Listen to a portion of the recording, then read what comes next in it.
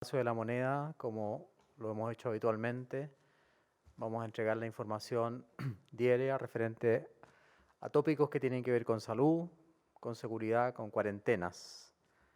Agradezco una vez más la presencia de la prensa, que es fundamental para nosotros por su capacidad de comunicar y de educar. Agradezco a los canales de televisión que se suman a esta transmisión, que también, obviamente, nos interesa que comuniquen y que transmitan las medidas que vamos a tomar en consideración en unos minutos. Quiero decirle a la población, a los habitantes del país, que nosotros, y especialmente el presidente de la República, escucha permanentemente las solicitudes que llegan y las posibles medidas que hay que tomar, porque estamos preocupados, obviamente, del avance del coronavirus. Las posibilidades y las medidas a tomar se evalúan, se discuten y se toman las medidas basadas en la evidencia.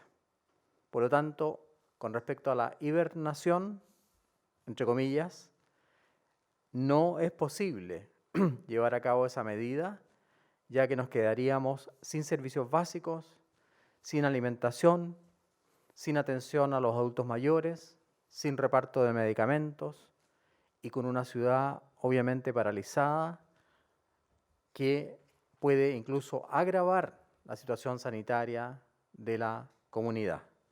Sin embargo, obviamente vamos a tomar medidas más estrictas para hacer cumplir las razones sanitarias y sociales que impiden la diseminación viral.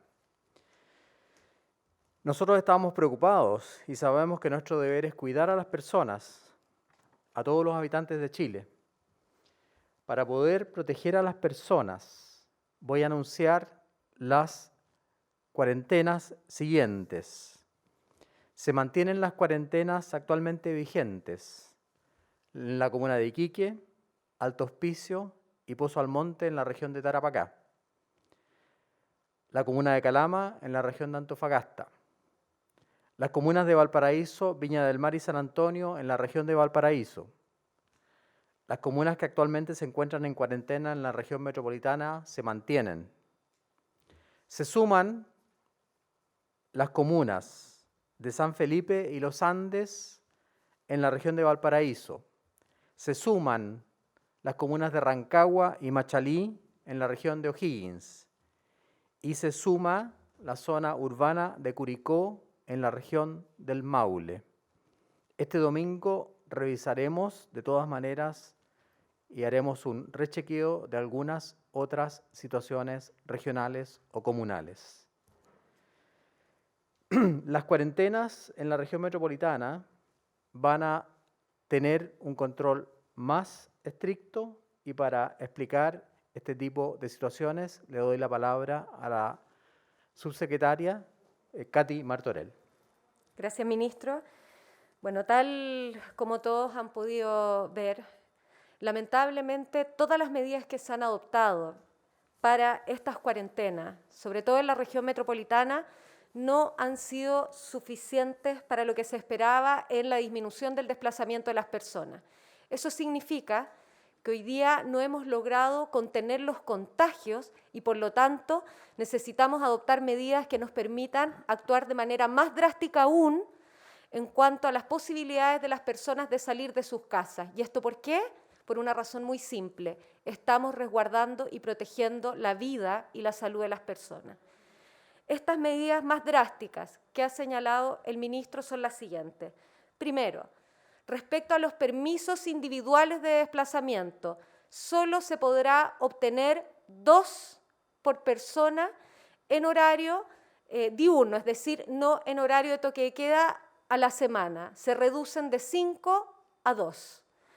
Respecto a los salvoconductos individuales, estos se mantienen, pero se recuerda que el salvoconducto individual solo puede ser utilizado en horario de toque de queda y en solo 2 ocasiones, cuando se requiere hacer un trámite funerario o también cuando se requiere realizar un tratamiento médico que supera las horas y por lo tanto pasa más allá de las 10 de la noche, que es horario de toque de queda. Ustedes ya han visto que hemos comenzado a implementar el permiso único de trabajo.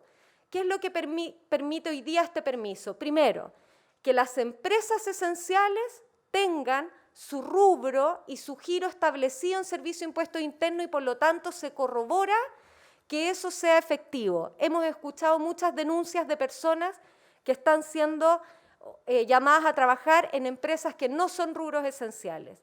Y además de eso, permite que cada una de las personas que son trabajadores señalados por las distintas empresas pueda verificarse con la base de datos de Epivigila si deben estar en aislamiento por COVID. Es un control permanente de horario diurno y vespertino. Anunciamos la primera etapa. Sin embargo, ahora vamos a sumar también a los funcionarios públicos y también a los servicios de alimentos y comercio esencial. Solo quedarán fuera de este permiso único colectivo, de este PUC, solo quedarán fuera transporte, funcionarios de salud público-privada, bomberos y las Fuerzas Armadas y de Orden y Seguridad. Los funcionarios públicos deberán sumarse entonces también a este permiso de manera tal que las personas que estén en la calle solo pueden hacerlo con el permiso que les llega a su correo, que viene con el nombre de la persona individualizado, con el horario y la labor que deben realizar. Esto evita también que personas con su carnet de identidad y credencial puedan realizar otro tipo de gestiones, como por ejemplo ir a una farmacia, a un supermercado. Y además, respecto a los permisos colectivos únicos de trabajo, les pediremos a las empresas esenciales un esfuerzo mayor en disminuir la cantidad de personas que tienen trabajando. Hoy día es el compromiso de todos poder sacar adelante este gran desafío que es la pandemia. Y como lo ha señalado el ministro, no es posible hablar de una hibernación, de cerrar la ciudad, porque eso afecta la calidad de vida de las personas que están en cuarentena, no permite el abastecimiento, no permite el acceso a los servicios que son básicos. Pero, sin embargo, en la región metropolitana vamos a restringir al máximo los permisos, porque si no disminuimos el desplazamiento, no vamos a lograr el objetivo que es salir adelante de esta catástrofe, de esta pandemia. Y no solo eso, además se reforzará aún más todas las fiscalizaciones que se están realizando. Muchas gracias, subsecretaria Martorell. Quiero saludar también al ministro de Defensa, don Alberto Espina, a quien le voy a solicitar justamente que explique las medidas de fiscalización que son importantes e indispensables para controlar este tipo de medidas. Ministro. Muchas gracias, ministro. Muy buenas tardes. En primer lugar, quiero señalar que el presidente de la República, Sebastián Piñera, decretó la renovación del estado de excepción constitucional de catástrofe con una misión, salvar la vida de nuestros compatriotas y proteger la salud de todos los habitantes de Chile. Y esa misión es la que vamos a llevar adelante, liderado por el presidente de la República, bajo la directa conducción del Ministerio de Salud, el doctor París, y con todo y el total apoyo de las Fuerzas Armadas, el Ejército, la Armada, la Fuerza Aérea y de las policías, Carabineros y la PDI. Eso lo vamos a hacer contra viento y marea. Y esa misión es noble porque significa salvar vidas de compatriotas. Quiero señalarles que en estos momentos en nuestro país hay un total de 70.020 efectivos desplegados, de los cuales 30.896 corresponden a las Fuerzas Armadas y 39.124 a Carabineros y la PDI. Y están cubriendo todo el territorio del país y, por supuesto, con especial atención aquellas zonas, comunas y regiones en donde existe mayor contagio y donde hay cuarentena total. A la fecha se han realizado 17.400.071 fiscalizaciones a personas. 17.471.000 fiscalizaciones, que comprenden toques de queda, aduanas sanitarias, cordones sanitarios, cuarentena. Y se han fiscalizado 6.518.000 vehículos, por las mismas materias que hemos indicado en lo que corresponde a la fiscalización de los vehículos. Y esto, sin embargo, a pesar del esfuerzo que se ha hecho, no ha impedido que personas, de manera absolutamente irresponsables, pongan en riesgo la vida de nuestros compatriotas por no cumplir con las medidas establecidas por la autoridad sanitaria. Por lo tanto, lo primero que nosotros pedimos es que exista solidaridad y responsabilidad. De esto se sale luchando todos juntos, contra viento y marea, pero con una actitud de cada uno de ustedes que sea solidaria con mayúscula y que sea responsable. Adicionalmente, está pronto a aprobarse, probablemente en el transcurso de esta semana, un proyecto de ley que desde el punto de vista del gobierno es liderado por el Ministerio del Interior, el ministro Gonzalo Blumel y el subsecretario Juan Francisco Gali, que aumenta considerablemente las penas a quienes infringen las medidas de la autoridad sanitaria. ¿Cuáles son estas penas actualmente? La infracción de una instrucción, de una medida dictaminada por la autoridad sanitaria, las cuarentenas, los cordones sanitarios, etcétera, tienen una pena muy baja, 541 días como máximo y una pena de poco más de 1 millón de pesos.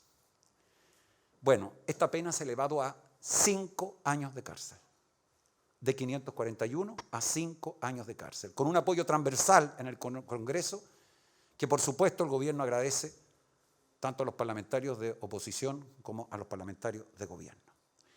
Pero además se sanciona, atención, a quienes convocan a espectáculos, celebraciones o festividades infringiendo las reglas sanitarias. Y esta pena también se hace extensiva a aquellos empleadores que piden u obligan a sus trabajadores a realizar actividades infringiendo las normas de restricción o cuarentena sin obtener los permisos del caso con las restricciones que acaba de señalar la subsecretaria Martorell. En consecuencia, a contar de los próximos días, la penalidad va a ser de 5 años. Y el que la infringe va a tener que someterse a esa penalidad porque no puede haber contemplación con quienes están, entendámoslo bien, poniendo en riesgo la vida de nuestros compatriotas. Y respecto a la fiscalización en terreno, la instrucción del presidente de la República, Sebastián Piñera, ha sido clarísima, que ha sido transmitida a los jefes de la defensa y por supuesto a las policías. Va a haber una fiscalización en terreno extraordinariamente rigurosa y rígida. En todas las avenidas relevantes, importantes, aunque ello signifique largos tacos y tendrán que pagarse las consecuencias, las demoras, en aras de lograr recuperar la salud de los chilenos. Y también a quienes lo hacen como peatones. Todas estas medidas se van a aplicar de inmediato. Pero termino señalando, doctor, que todo el esfuerzo que el presidente nos ha pedido como misión para salvar vidas de compatriotas, requiere una ciudadanía responsable. Y por supuesto hay un alto porcentaje que lo es, pero hay un porcentaje que no lo es. Y sobre ellos nosotros esperamos hacer cumplir todo el peso de la ley, porque así se logra vencer esta pandemia. Muchas gracias, ministro Espina. Muchas gracias también, subsecretaria Martorell. Solo nos mueve el deber y la obligación de cuidar la salud de los chilenos, de cuidar la vida de los chilenos. La salud es un derecho y esto está enmarcado, obviamente, en ese concepto que hemos introducido en nuestro gobierno. Le cedo la palabra al subsecretario de Redes Asistenciales, Arturo Zúñiga, para que nos dé a conocer hoy día las cifras. Muy buenos días. En cuanto al reporte diario por coronavirus, acerca de las últimas 24 horas, nos encontramos con 4.757 casos nuevos, ¿ya? Acumulando 220.628, esto es incluyendo los casos que ayer fueron explicados.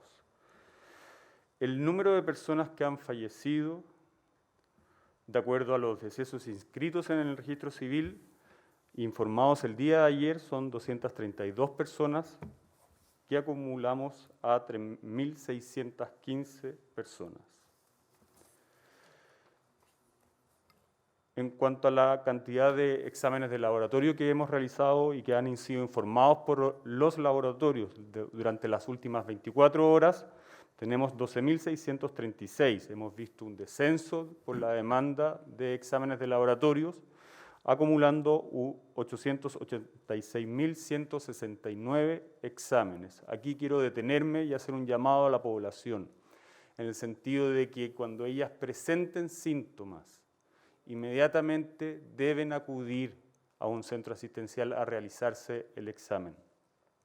Es muy importante porque de esa forma se activa, al determinarse el caso sospechoso, los contactos estrechos y el aislamiento que deben realizar las personas para evitar el contagio, sobre todo a quienes viven en el mismo hogar, que son las personas que más probabilidad de contagio tienen.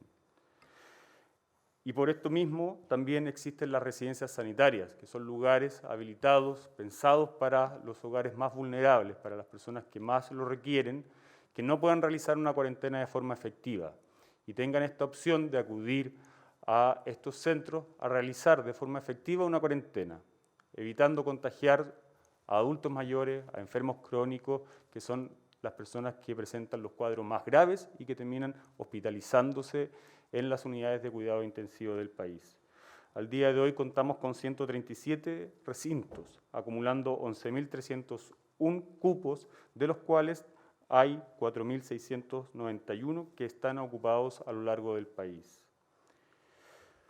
Yo quiero hacer un llamado a que estas medidas que ha comentado la subsecretaria Martorell, el ministro de Defensa, Alberto Espina, a que también lo pensemos desde el punto de vista humano. Nosotros sabemos que hay 360.000 personas que están arriesgando su salud por nosotros, que están en los consultorios, los servicios de urgencia, que están en las unidades de cuidado intensivo, en los hospitales. Hay 4.784 de ellos que hoy día se encuentran en cuarentena y que están contagiados con COVID positivo. Hay personas que han fallecido debido a que se han contagiado en la atención de salud. Yo les invito también a ver las fotos en las redes sociales, del desgaste que tienen ellos, de las marcas que hay en sus caras por el uso de los elementos de protección personal. Ellos están haciendo un trabajo formidable y nosotros nos estamos aprovechando de ellos al no cumplir estas medidas de aislamiento, estas medidas que hemos dictado como autoridad sanitaria y que son para proteger a nosotros mismos. No es para nada más, es para proteger la salud de la ciudadanía, de nuestros compatriotas. Eso es todo en cuanto al reporte del día de hoy. Muchas gracias, Ministro. subsecretario Zúñiga. Yo quiero reforzar el tema del reconocimiento a los funcionarios de salud de todo Chile, tanto de la atención primaria como de la atención terciaria, porque creo que ellos merecen nuestro respeto. Ellos han dicho, ya no queremos más aplausos, queremos que la gente se cuide para que no sigamos recibiendo más y más pacientes que se agravan rápidamente y que hay que hospitalizarlos e incluso aislarlos de sus familias. Así que por respeto a ellos y por solidaridad, por conciencia social, debemos mantener las medidas sanitarias que evitan la diseminación viral. Pasamos a las preguntas. Ministro, buenos días. Buenos ya días. se descartó la hibernación, pero no se analizan más restricciones a los trabajos que son esenciales. Por ejemplo, usted hoy en la mañana en una entrevista planteaba que no se entiende que las ópticas estén abiertas o qué pasa con las oficinas telefónicas, con los delivery, para reducir aún más la movilidad debido a la gran cantidad de contagios que tenemos. Y además, sumar a esto, ¿en qué etapa de la epidemia estamos? ¿En qué etapa de la pandemia? ¿Estamos en un pic? ¿Ya se está hablando de pic, de mesetas? ¿Qué pasa con ese diagnóstico? Voy a responder a la segunda parte. No vamos a hablar ni de pic ni de meseta. Eso se verá en forma retrospectiva. Uno no puede dar esa respuesta ahora. Cuando, si Dios quiere, logremos superar este gran desafío, vamos a poder ver retrospectivamente en qué día, en qué semana se produjo ese pic o esa meseta. No quiero hacer ningún pronóstico de ese tipo. Y para la otra parte de su pregunta, que es muy interesante, le doy la palabra a la subsecretaria Martorell. Bueno, tal como ya se ha señalado, la hibernación no es una posibilidad porque eso implica que las personas no puedan acceder a abastecimiento y servicios esenciales. Dicho eso, se ha tomado la decisión de restringir al máximo los permisos, es decir, las personas solo van a poder salir 2 veces a la semana a realizar trámites que son esenciales y excepcionales. Y en el caso de las empresas que usted planteaba, los delivery hoy día están también pasando por el permiso único, a diferencia de lo que ocurría antes, que funcionaban solo con credencial y carnet de identidad, y por lo tanto se hace el cruce de datos para verificar si tienen o han tenido o debiesen estar en aislamiento por COVID, como también se establece día a día cuál es la cantidad de personas que van a estar colaborando, trabajando en el delivery, entendiendo que son fundamentales para poder llegar con los servicios de primera necesidad y con los bienes de primera necesidad a las casas de las personas que se encuentran en cuarentena. Respecto a la situación de telefónicas y ópticas, precisamente este nuevo permiso nos permite controlar ese tipo de situaciones, porque lo que está permitido en las telefónicas es que puedan dar el servicio, no vender teléfonos. Y es por eso que la fiscalización va a ser muy importante respecto a las empresas. Y el mensaje es uno solo: las empresas que abusan de estos permisos están cometiendo un delito. Lo ha dicho el ministro Espina, lo vuelvo a reforzar. La fiscalización en este sentido va a ser implacable. Por lo tanto, la autorización para el suministro de telecomunicaciones no es venta de teléfonos. Muchas gracias, subsecretaria. Sí, ministro, si le podía insistir en qué etapa igualmente estamos de la pandemia, porque, por ejemplo, los especialistas hablan de 4 semanas que pueden ser muy oscuras. Ayer tuve una larga reunión con toda la Cámara de Diputados, por videoconferencia obviamente, y hablamos de este tema. Yo lo que puedo decir, y se lo comuniqué a los honorables diputados, de que estamos pasando por una situación difícil, si eso es innegable. Y esa situación difícil yo no puedo, ni nadie puede hacer un pronóstico con exactitud de cuánto va a durar o cuánto se va a mantener. Mientras estemos pasando por esa situación, obviamente que tenemos que hacer todos los esfuerzos posibles, respetar las recomendaciones sanitarias, respetar el toque de queda, respetar la cuarentena y sobre todo pensar en el trabajo de los trabajadores de la salud. Por lo tanto, no es conveniente dar anuncios que después pueden ser desmentidos por la realidad, todo lo contrario. Ya dije, la meta, la meseta, el pic, lo veremos en forma retrospectiva. Lo que tenemos que hacer ahora, y una vez le preguntaron eso a un ministro de Salud extranjero, no me pregunten qué va a pasar o cómo va a pasar, pregúntenme cómo vamos a responder como Estado de Chile, como gobierno, a esta situación de emergencia. Buen día, ministros, subsecretarios. En ese mismo sentido, las cuarentenas no han restringido la movilidad, ya lo han hablado ustedes también. Incluso un informe de la Unidad Operativa de Control de Tránsito indica que hay un 6% más de incremento en el flujo desde este miércoles comparando con el miércoles pasado.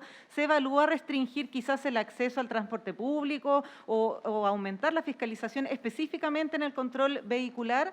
Y también consultarle por un balance de la situación del sistema sanitario centralizado que tenemos. ¿Cuál es la situación de los hospitales considerando el sistema frontal? En el hospital de Coquimbo se denunciaba que se estaba lloviendo y en una clínica privada, la clínica Indisa, indicaban que ya se habían ocupado todas las camas.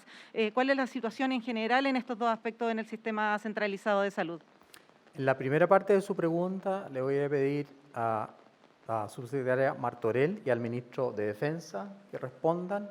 Y en la segunda parte lo haremos en conjunto con el subsecretario Zúñiga. Bien. Respecto a ese aumento del 6%, lo primero es señalar que no se debe a las personas que utilizan el transporte público, sino es un informe que se refiere a la cantidad de vehículos que están circulando. Respecto a eso, hemos estado trabajando en conjunto con el Ministerio de Transporte también para incorporar a los fiscalizadores de la Subsecretaría de Transporte en la calle, colaborando con las Fuerzas Armadas y Carabineros. Y vamos a tomar todas las decisiones que sean necesarias para controlar esta pandemia y vamos a fiscalizar con toda la fuerza de la ley. Y lo que quiero transmitir con esto es que si es necesario adoptar aún más medidas de las que ya se han adoptado, se va a hacer. Se va a hacer porque lo que está hoy día en juego, y ya se ha dicho reiteradamente en este punto de prensa y en muchos más, es la vida y la salud de las personas. Gracias, subsecretaria. Ministro. Bien, la pregunta yo creo que apunta un tema bien de fondo,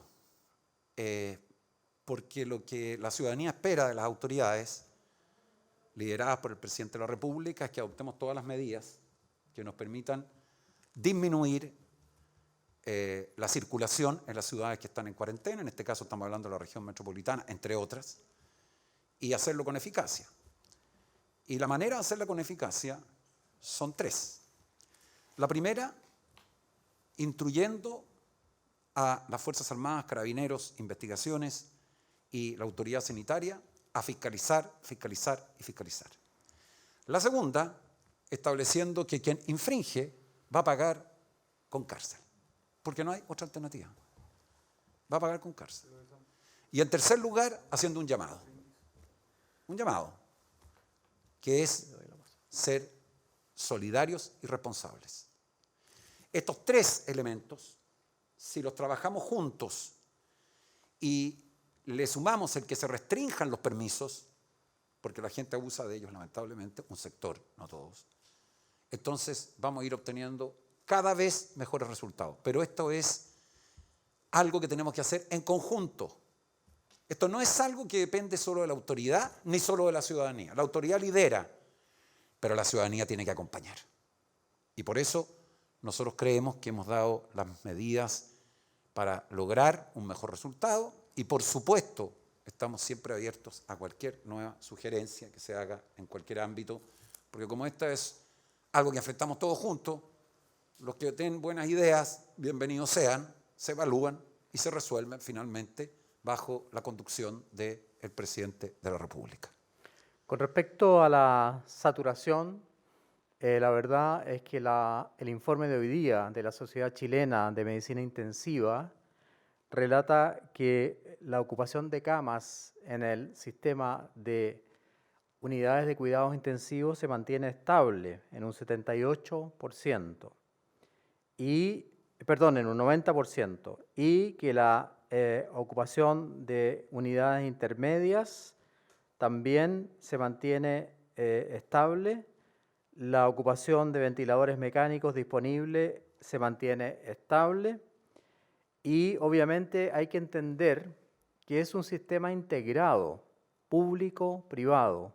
Por lo tanto, si en algún momento, en alguna unidad, ya sea pública o privada o de las Fuerzas Armadas, ¿hay necesidad de un reforzamiento o de un traslado? ¿Eso se maneja a nivel central y se hacen las correcciones necesarias para que ningún paciente quede desatendido?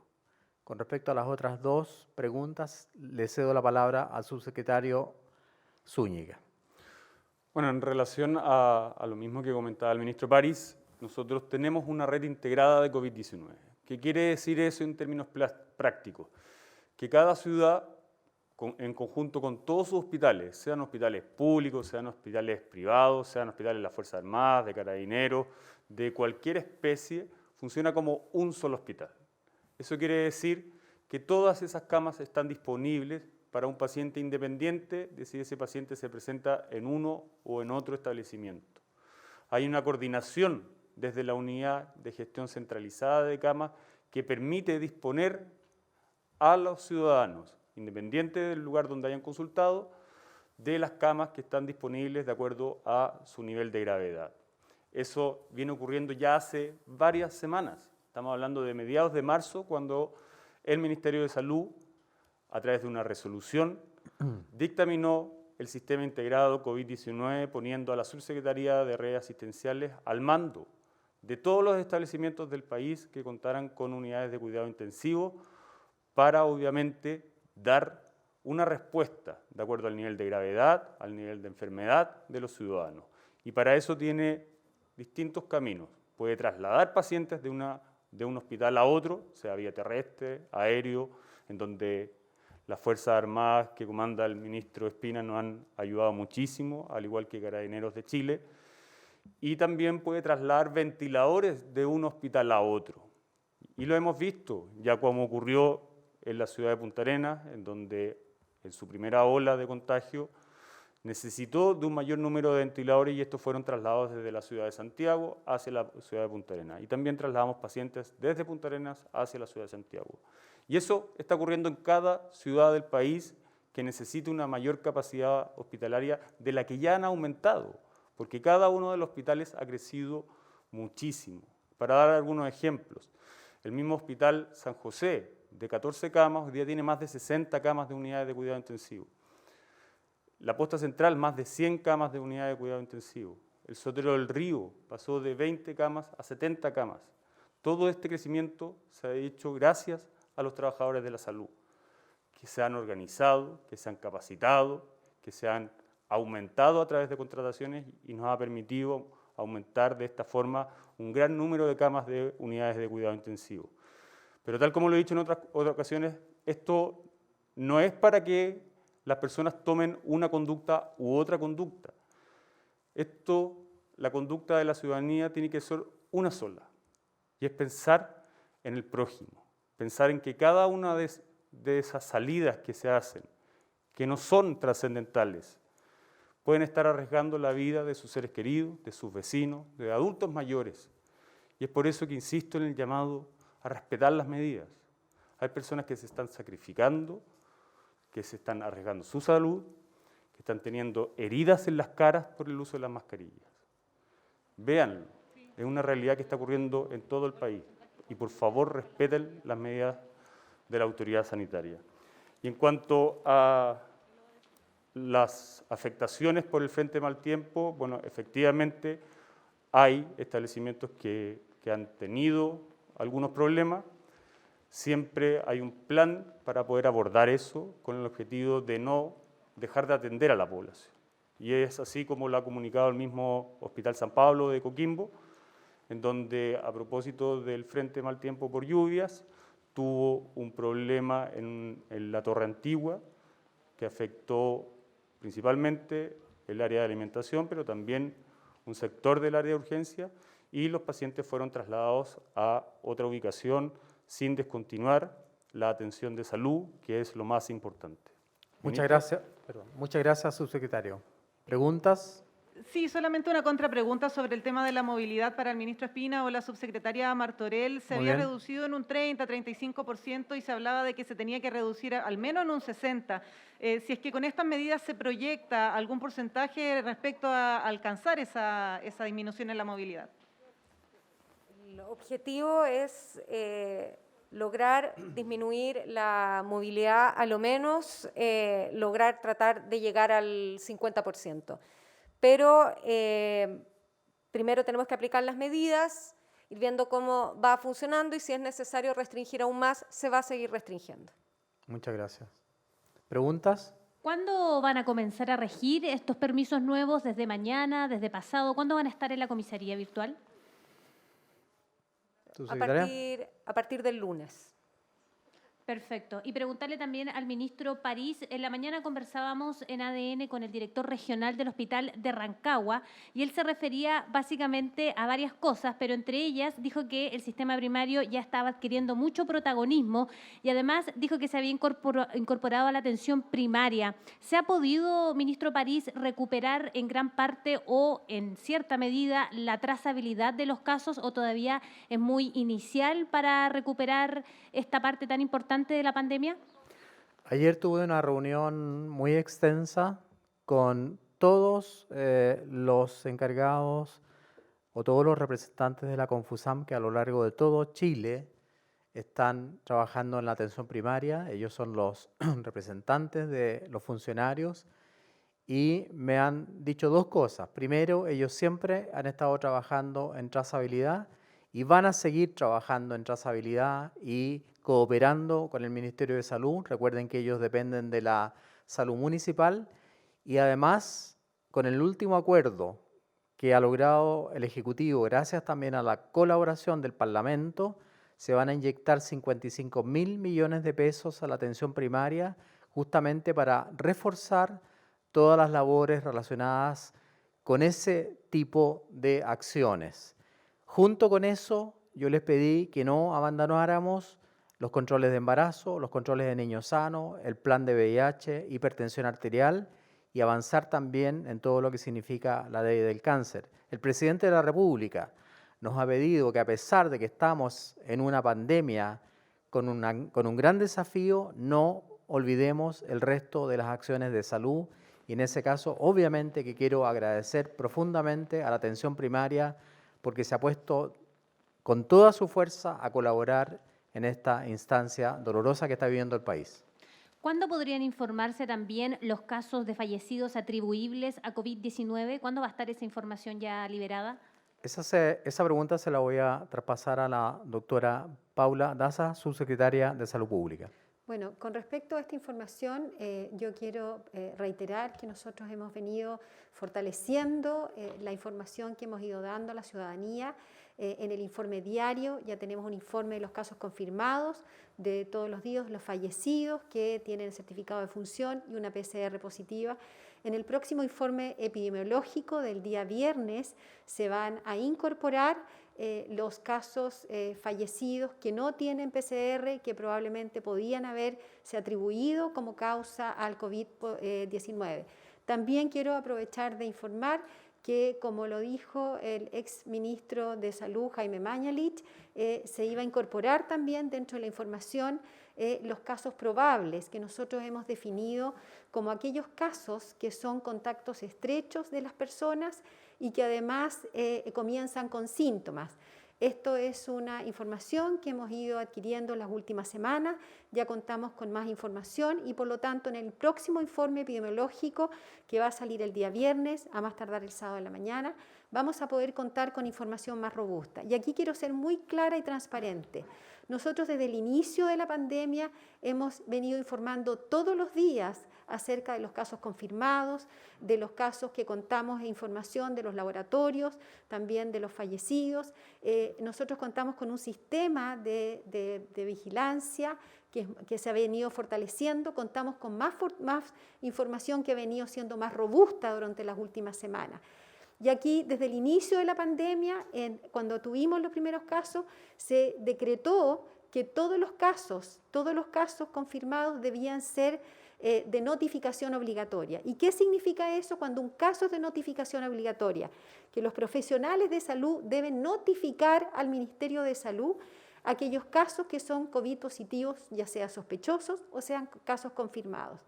Y es por eso que es fundamental, y aquí quiero hacer un llamado a los profesionales de salud que tienen la responsabilidad de notificar al Ministerio de Salud, a la plataforma de Epivigila, aquellos casos que son sospechosos y también una vez que tengan la información de PCR positiva, notificarlos como confirmados. En la medida que nuestro sistema de salud, que depende de la notificación que realizan todos los profesionales de salud, vamos a poder contar con información mucho más precisa, mucho más oportuna, para también darla a conocer a la población. Muchas gracias, doctora Paula Daza. ¿Otra pregunta? Muy buenas tardes. Se ha dicho que la meta es reducir en un 50% la movilidad.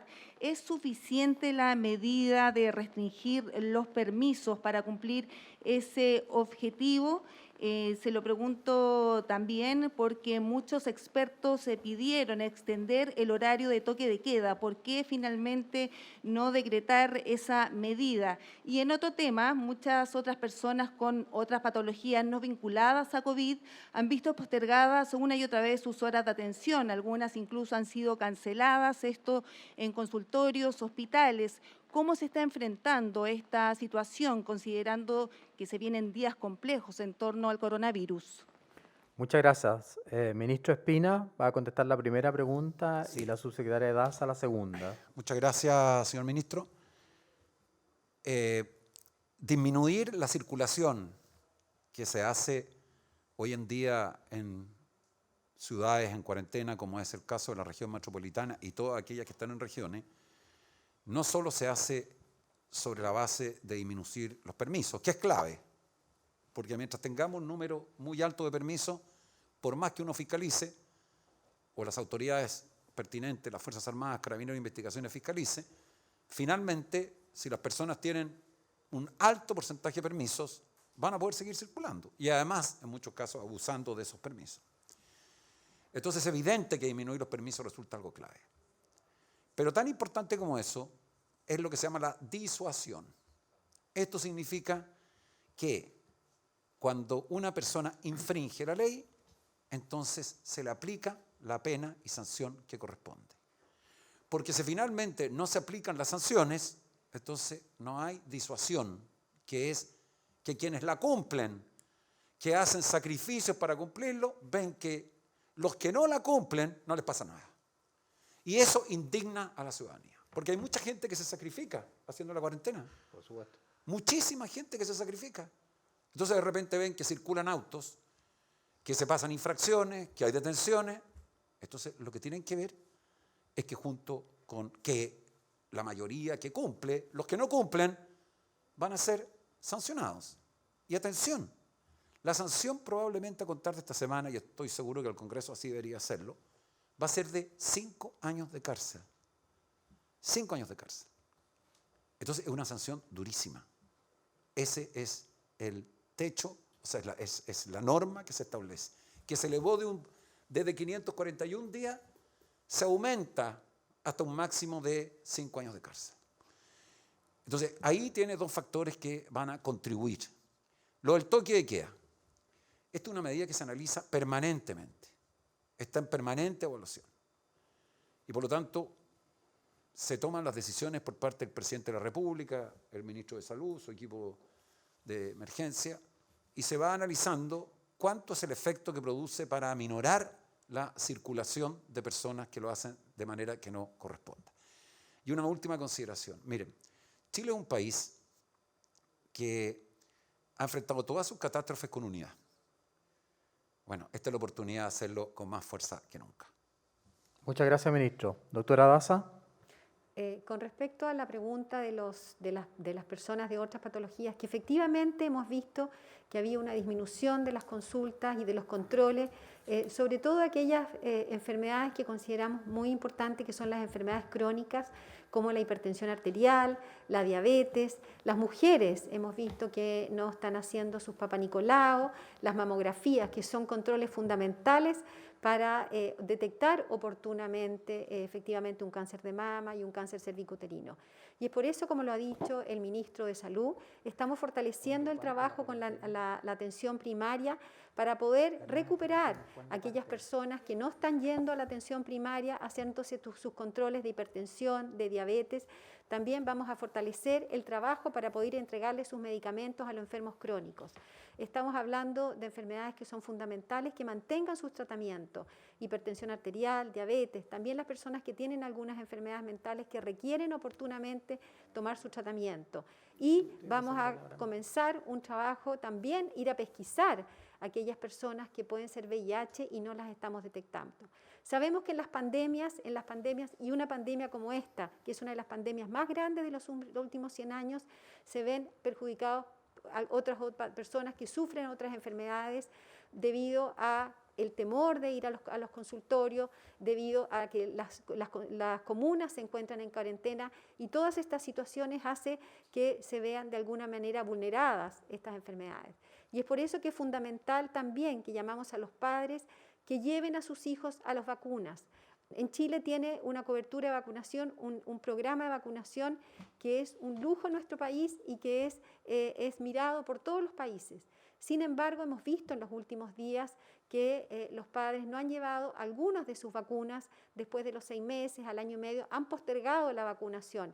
Hacemos un llamado a los padres que no posterguen la vacunación de sus hijos, porque es fundamental tener a los niños vacunados para prevenir otras enfermedades. Muchas gracias, doctora Daza. Quiero darle un minuto la palabra a la subsecretaria Martorell por el tema de las fechas de inicio que quedó pendiente o no quedó suficientemente claro, fue culpa mía.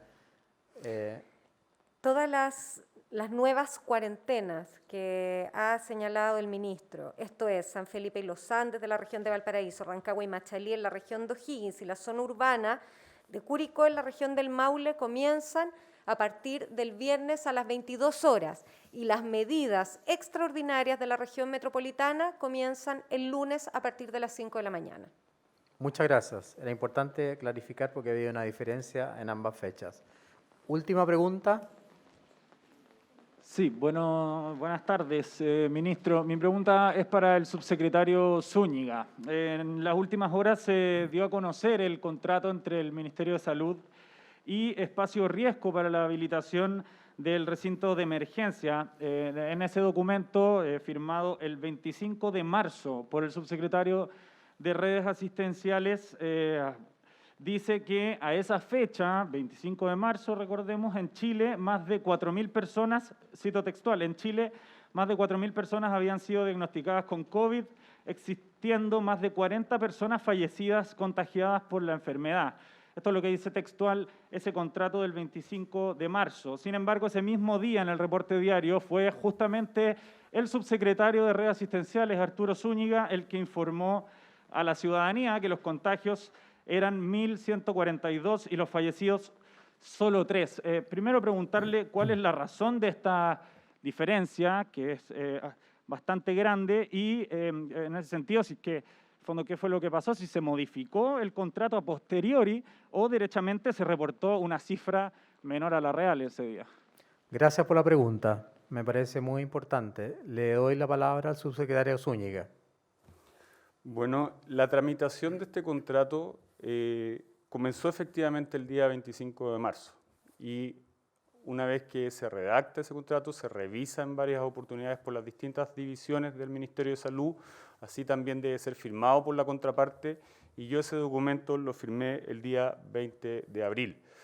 Y otra prueba más de que ese documento tuvo correcciones posteriormente es que en el mismo párrafo que usted menciona, está hablando de los contagios a nivel mundial, que se acercan a 1 millón, y de 60.000 personas que han fallecido a nivel mundial. Y esas cifras corresponden aproximadamente al 6-7 de abril. ¿Ya? Por lo tanto, hay modificaciones que se le hacen al contrato y es un trámite normal de la firma de un contrato. Y para mayor transparencia, nosotros enviamos, porque fue solicitado por Contraloría General de la República, el día 15 de mayo este contrato para su revisión.